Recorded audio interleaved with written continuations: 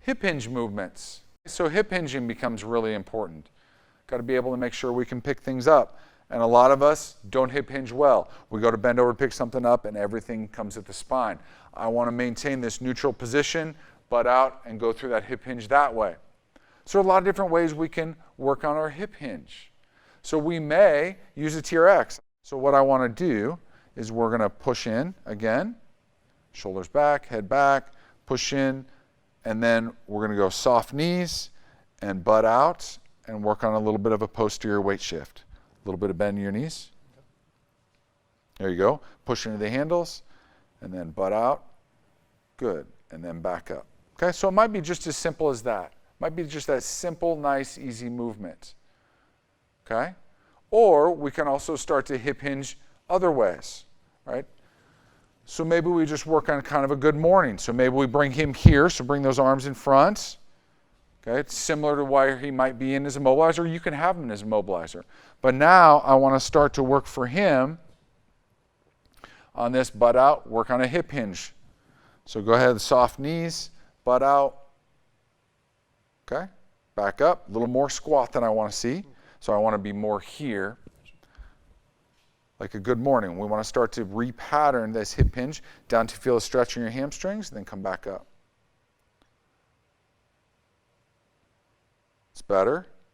Now eventually we're going to start to work through this with some sort of a load, and we can do this fairly early on as well. If that's not working well for him, we can put him seated. Okay? So maybe we put him with his butt right against the bench.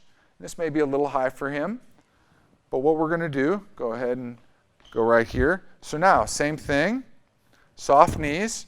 Now we're going to go flat back. We're going to go down until we feel a little bit of stretch in the hamstrings, and we're going to come back up. The key here is we have to maintain this lumbar neutral, because a lot of people are going to want to bend forward with that. That's not what we're looking for. We're looking to repattern this hip hinge movement. It's going to be important for building stability down the road. Go one more time for me. Now, if he's prepared for that and that's going well, he's not flexing at the spine, it's great. Now we can start to add to this a little bit. So maybe I grab a light kettlebell. So we're going to put that here. Maybe spread your feet a little wider.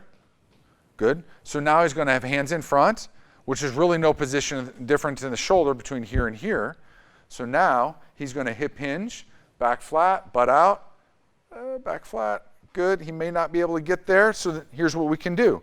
If he doesn't have the mobility to get there, we bring the ground up to him.